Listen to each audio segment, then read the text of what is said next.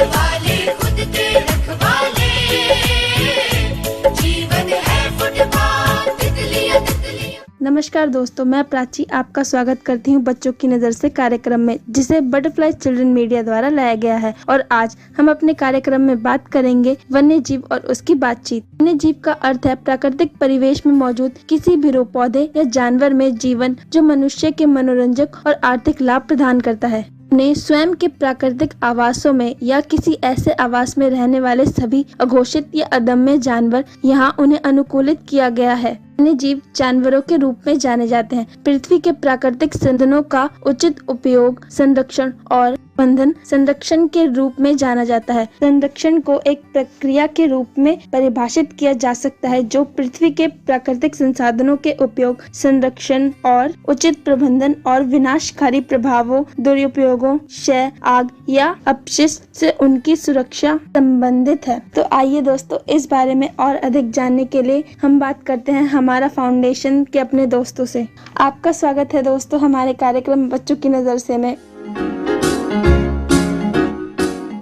नमस्ते दोस्तों, मेरा नाम मोहित गोपाल साहू है। मैं मुंबई से हूँ और हमारा फाउंडेशन संस्था से पिछले कुछ सालों से जुड़ा हुआ हूँ। बच्चों की नज़र से कार्यक्रम में मुझे बोलने का मौका दिया गया, इसलिए मैं आपका शुक्रगुजार हूँ। आज हम भारतीय वन जीवन और उसके संरक्षण के बारे में बात करेंगे। वनों में पाए जाने वाले पशु, पक्षी, पेड़, पौधे, इन सब का जीवन यानी वन जीवन। इसलिए हर साल देश भर में 2 अक्टूबर से 8 अक्टूबर तक वन्य जीवन सप्ताह मनाया जाता है, जिसमें इन वन जीवों की सुरक्षा के हेतु जागरूकता कार्यक्रम रखे जाते हैं। इसकी शुरुआत 1952 में हुई थी। भारतीय वन जीवन सुरक्षा के महान दृष्टि से इस कार्य की शुरुआत की गई थी। इसमें भारत के विलुप्त हो रहे पशु, पक्षी, पेड़, पौधे की प्रजाति को बचाने की योजना बनाई गई। भारत सरकार ने लोगों को इसमें प्रति जागरूक बढ़ाने के लिए भारतीय वन जीवन बोर्ड की स्थापना की थी। वन जीवन को सुरक्षित करने के कार्य को सफल बनाने के लिए देश भर में उचित इलाकों में अभयारण्य, राष्ट्रीय उद्यान की स्कीमों को पहले ही लॉन्च किया जा चुका है। जैसे मैंने पहले ही कहा कि इस विषय पर सभी देशवासियों में जागरूकता लाने के लिए वन जीवन सप्ताह की योजना लाई गई। इस सप्ताह में वन जीवों की सुरक्षा को लेकर कई कार्यक्रम का आयोजन किया जाता है, जैसे कि सार्वजनिक सभा, सम्मेलन, जागरूकता कार्यक्रम, विभिन्न स्कूलों में तथा इंटरव्यू द्वारा वन जीवन पर आधारित निबंध लेखन, चित्रकला, फिल्म, स्क्रीन, वाद विवाद और वक्तृत्व स्पर्धा का भी आयोजन किया जाता है।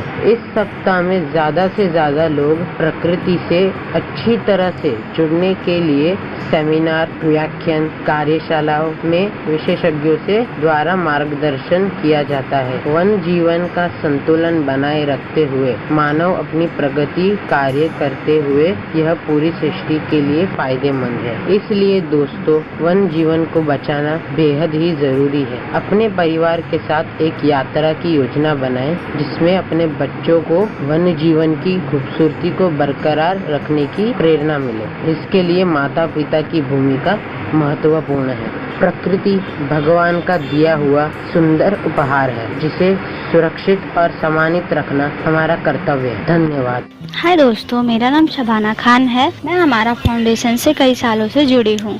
वन्य जीव संरक्षण यह शब्द हमें उन संसाधनों को बचाने की याद दिलाता है जो हमें प्रकृति द्वारा उपहार के रूप में प्रदान किए गए हैं। वन्य जीव उन जानवरों का प्रतिनिधित्व करता है जो पालतू या समझदार नहीं है। वे सिर्फ जंगली जानवर होते हैं और पूरी तरह से जंगल के माहौल में रहते हैं।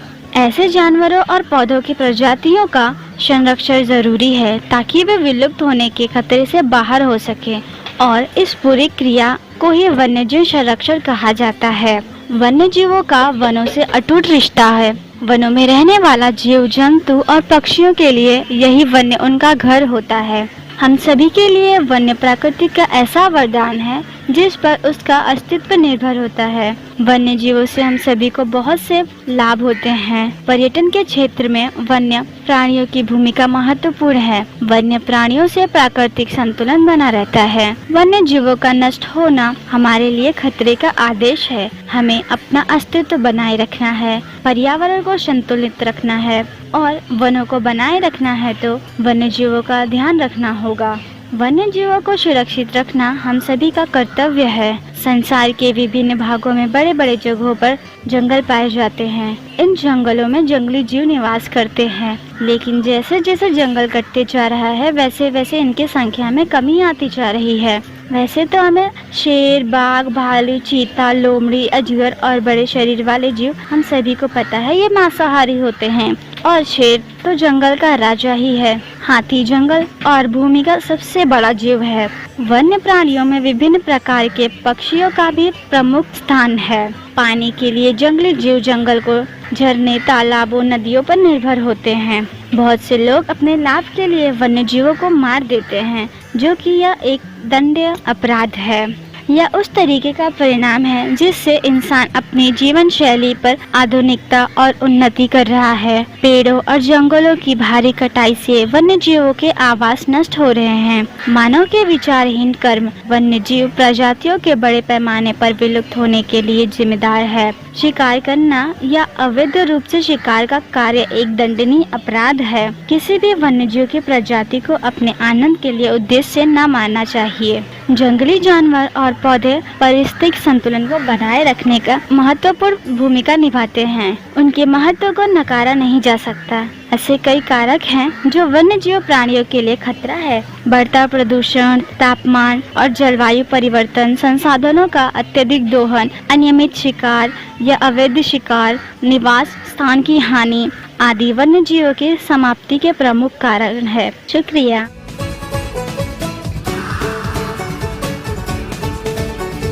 शामें मलंग सी, रातें सुरंग सी, बागी उड़ान पे ही ना जाने क्यों इलाही मेरा जी आए आए, इलाही मेरा जी आए आए।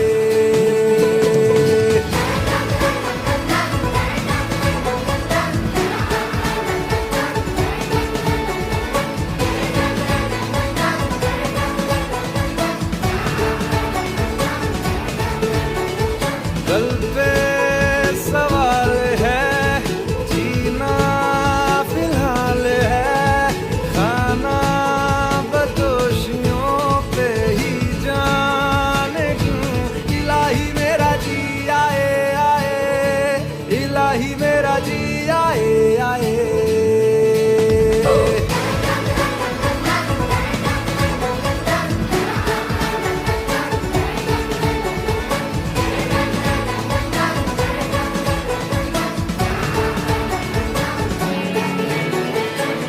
फलसफा कंधे पे मेरा बस्ता, चला मैं जहाँ ले चला मुझे रास्ता, बूंदों पे नहीं गहरे समंदर पे। ओ, ओ, ओ,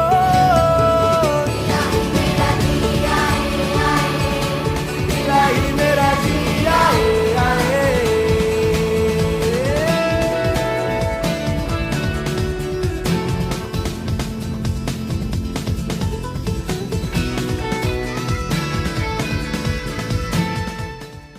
भारत में संरक्षण शब्द एक स्थापित संरक्षण योजना के साथ अच्छी तरह से सीमांकित बड़ी भौगोलिक संस्थाओं को संदर्भित करता है। भारत में वन्य जीवों की अधिक विलुप्तता, प्रजातियों की बेहतरी के बारे में अध्ययन, संरक्षण और प्रयासों के उद्देश्य से कई संरक्षण योजना स्थापित की गई है। अलग अलग स्थलाकृति के कारण भारत विभिन्न प्रकार के पौधों, भूमि और समुद्री जीवों की मेजबानी करता है। भारतीय वन्य जीवी ट्रस्ट एक संरक्षण योजना है जो पशु प्रजातियों के संरक्षण के लिए प्रभावी योजना के लिए समर्पित है। इस बारे में अधिक जानने के लिए हमारे अतिथि राजेंद्र सर से बात करते हैं। अमर त्रिशाला सेवा आश्रम बिहार के संस्थापक और निर्देशक कौन है?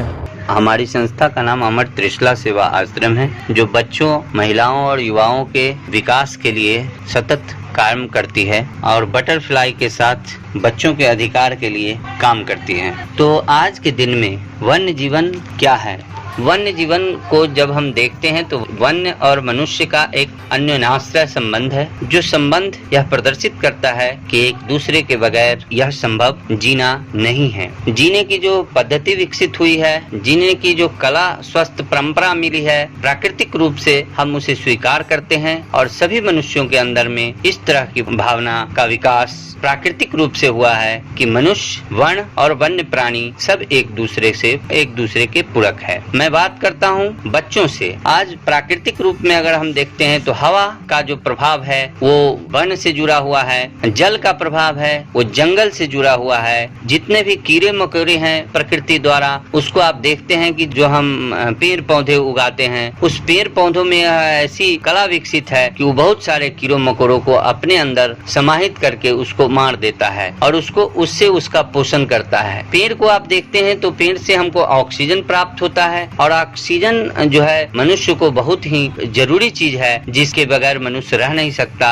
और वह चीज हमको पेड़ से मिलता है, जंगल से मिलता है। उसी तरीके से देखेंगे वो कार्बन डाइऑक्साइड अपने आप को ग्रहण करता है, तो कार्बन डाइऑक्साइड मनुष्य जो छोड़ता है उसको वो पूरा जहर को वह लेता है और पूरा अमृत देने का काम करता है। बहुत सारे चिड़िया हैं, पक्षी हैं, कीड़े मकोड़े हैं, ये सब कहीं न कहीं इस तरीके से जुड़े हैं कि जिससे कि मैं एक कहानी आपको सुनाता हूँ कि 1959 में माओ त्से तुंग जब चीन का शासक हुआ, उस साल 1959 में 5 लाख से अधिक लोग भूख से मरे। और भूख से जब मरे तो उन्होंने सभी अपने पूरे वैज्ञानिकों को बुलाया और कहा कि 5 लाख लोग मरे हैं, क्यों मरे हैं? तो वैज्ञानिकों ने इनको राय दिया कि हाँ जो है चूहा ज्यादा है, जो हमारा फसल चूहा ने बर्बाद किया। तो उन्होंने एक आदेश जारी किया कि चूहे को क्या करो कि चीन में जितने भी चूहे हैं उसको मार दो, और उसके लिए एक अभियान चलाया कि 6 से 10 तक जितने भी बच्चे हैं कम से कम 100 चूहों को मारेगा और उस क्लास में तभी पास करेगा। तो सभी के गार्जियन क्या किए कि पूरे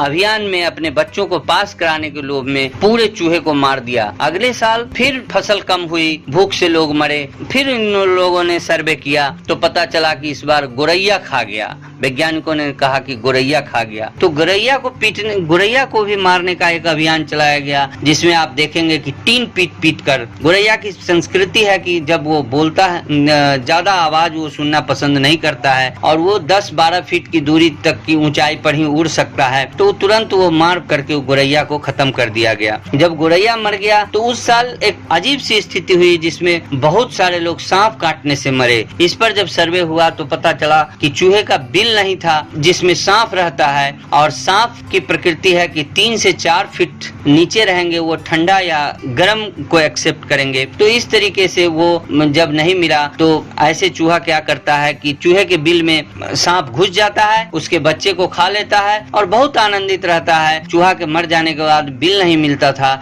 जिसके कारण सांप अजीब तरह के स्थिति पैदा कर दिया, और इस तरीके से हम देखेंगे कि बहुत सारे लोग सांप के काटने से मर गए। तो एक दूसरे से सब कोई जुड़ा हुआ है। आप देखिए भवन निर्माण की सामग्री पेड़ पौधे से जो हमको प्राप्त होता है, उसमें आप देखेंगे कि बच्चों के लिए ऑक्सीजन की व्यवस्था, आप देखेंगे कि पेड़ पौधे से जो हमको प्राप्त होता है, लकड़ी प्राप्त होता है, कोयला, तेल, ये सब वन्य से हमको प्राप्त होता है और इसी से पूरे प्रकृति चलती है। और इसको नष्ट करने के कारण जब कम वर्षा होगा, गर्मी ज्यादा पड़ेगी, तो अजीब तरह की पेंडेमिक सिचुएशन आएगा। आज के दिन में आप कोरोना को भी देख रहे हैं। उसी तरीके से है, मनुष्य के सकारात्मक विचार को भी जंगल बदल देता है। वन्य जीवन जो है मनुष्य के भावना को सकारात्मक लाता है। आप इंग्लैंड में एक यार्ड है जो क्राइम को कंट्रोल करता है, वो बहुत सारे पेड़ पौधों को एक लाइन में लगा करके जब बड़ा क्रिमिनल नहीं पकड़ाता है तो उसको उस तरफ से गुजारता है, और वो